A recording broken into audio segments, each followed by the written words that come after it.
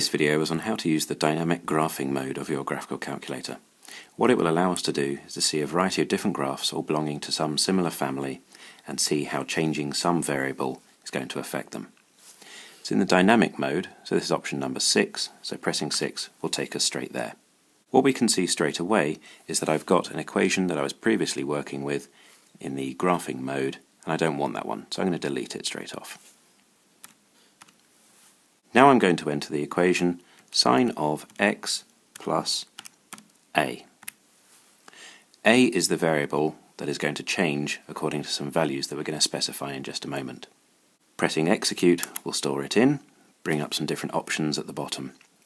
I'm just going to press execute again, and now we need to tell it what values A is going to take. So I'm going to go into the set mode here. What we've got now is the starting value for A, the end value for A, and the step. Essentially, this will calculate 1, 2, 3, 4, and 5.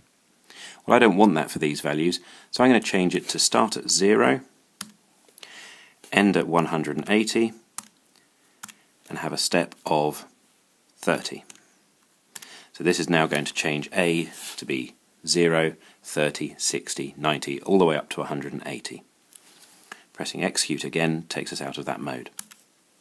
At this stage, it's worth making sure that your view window shows you exactly what you want.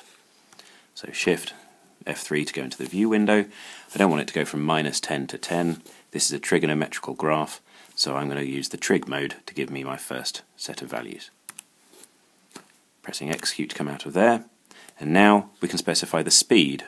What this means is it's going to show us a variety of different graphs, and this is the speed with which it will change between the different graphs. Pressing there, we have each of these different choices. Stop and go, which allows you to see one graph and then manually go to the next one, and then slow, normal and fast are how it will change between those graphs automatically. I'm going to choose fast. We can see it specified up here. This is what is changing as we go for the different ones. Pressing exit to come out of there, and then pressing dynamic. It will take a little moment to calculate all of the different values. Essentially, it's working out the different graphs that will appear in just a second.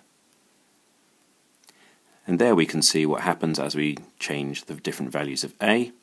And as you can see in the bottom left, it's cycling through those different ones.